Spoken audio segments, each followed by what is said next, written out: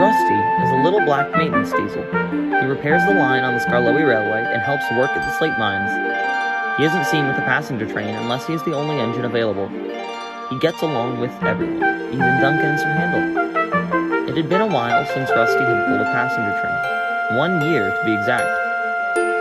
Rusty had begun to feel sad and wanted a change.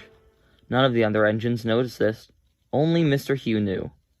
"Don't worry. You'll get a chance to pull a passenger train soon," Mr. Hugh always said, but Rusty had his doubts. One night, he returned to the shed sadder than ever. Sir Handel and Skarloey were there. Skarloey was half asleep and Sir Handel wasn't paying attention. Rheneas and Duke were in for repairs. Duncan was on his way down with the last train, and Mighty Mac and Peter Sam were staying the night at the slate quarry to fill a big order in the morning. Evening, Rusty. "Evening, Skarloey. How was your day?" "It was all right. Passengers were a struggle." Rusty looked down at his buffers at the thought of passengers. "Rusty, is something wrong?" "It's nothing." "Come on, an old engine knows when something's wrong. What is it?" "Well, I've only been pulling maintenance trains and trucks, and I haven't pulled passengers for a while." "So you want to pull passengers again?" "Yes, but I don't want to annoy the thin controller by asking him." "Well, how can you pull passengers if you don't ask?" Rusty didn't reply. He just went unhappily to sleep. The next morning, the thin controller stood outside the shed. "Now's your chance, Rusty." But before Rusty could say anything, the thin controller spoke. "Good morning, engines. We have a new train scheduled." "What kind of train is it?"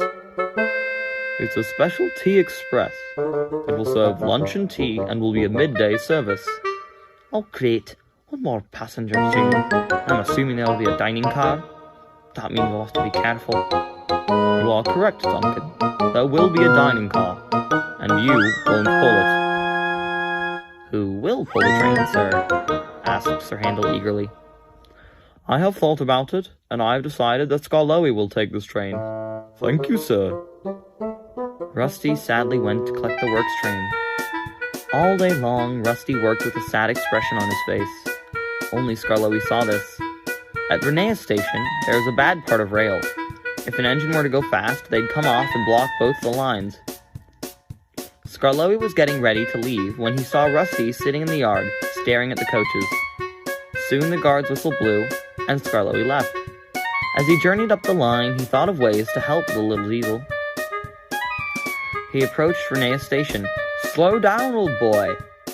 His driver shouted, cutting through his thoughts. "Oh my! Stop!" A loud crash was heard as Skarloey came off the line and landed on the ballast. His coaches, however, remained on the rails, but he was clean off. At the slate mine, Rusty shunted some trucks unhappily into a siding. Just then, the quarry manager rushed out. "Rusty, you need to go to Rheneas Station and rescue Skarloey's train. Peter Sam is on the way with a crane, but he can't tell, boy. What did I tell you?" Rusty was very pleased. He quickly raced away to collect the train. It wasn't long before Peter Sam had moved Skarloey and the crane out of the way, and Rusty was coupled to the train. "Good luck, Rusty." "Have fun." As quickly and carefully as he could, Rusty pulled the train away. When he returned to the shed, he talked endlessly about his day to the annoyance of Duncan and Sir Handel. "Well, Rusty, I've had a deputation on your behalf, and when you aren't too busy, you will pull the tea train with Skarloey and Rheneas when you return from work. Until then, Duncan and Sir Handel will handle the maintenance trains." "Of course I have to take the rubbish maintenance trains. You're not the only one, you know." The other engines laughed at the familiar grumbling of Sir Handel and Duncan.